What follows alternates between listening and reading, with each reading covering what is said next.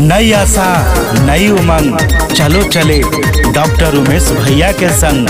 अगर आप अपना पंचायत का विकास चाहते हैं तो डॉक्टर उमेश भैया जी को मुखिया उम्मीदवार से भारी मतों से विजय बनाएं।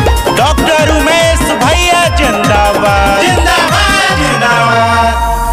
अब की चुनाव आके अलग बाटे हाउ आजी, अब की चुनाव आके अलग बाटे हाउ आजी।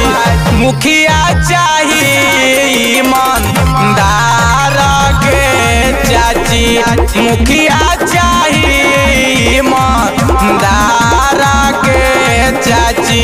सोहरैया पंचायत से सुना चाचा भैया हो, सोहरैया पंचायत से सुना चाचा भैया हो।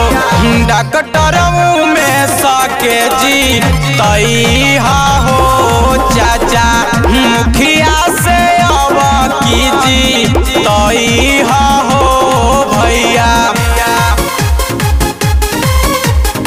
सोहरैया पंचायत की जनता जिंदाबाद जिंदाबाद जिंदाबाद। डॉक्टर उमेश भैया जिंदाबाद जिंदाबाद जिंदाबाद।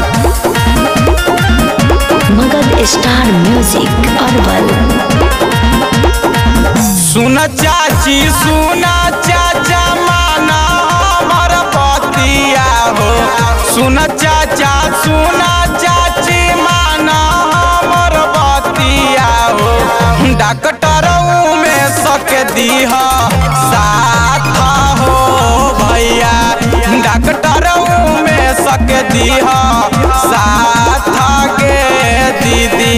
भैया के अलग बाटे सुना पहचानवा हो, भैया के अलग बाटे सुना पहचानवा हो।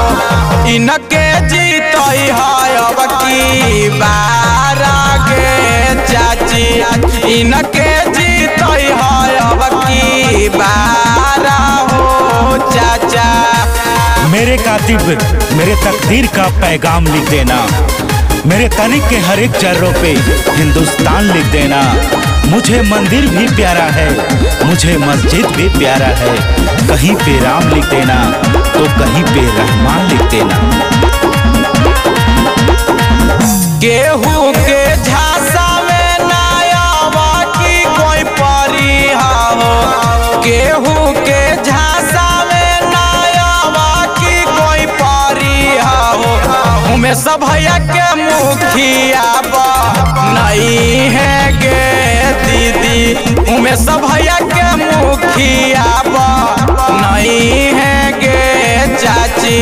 पंचायत के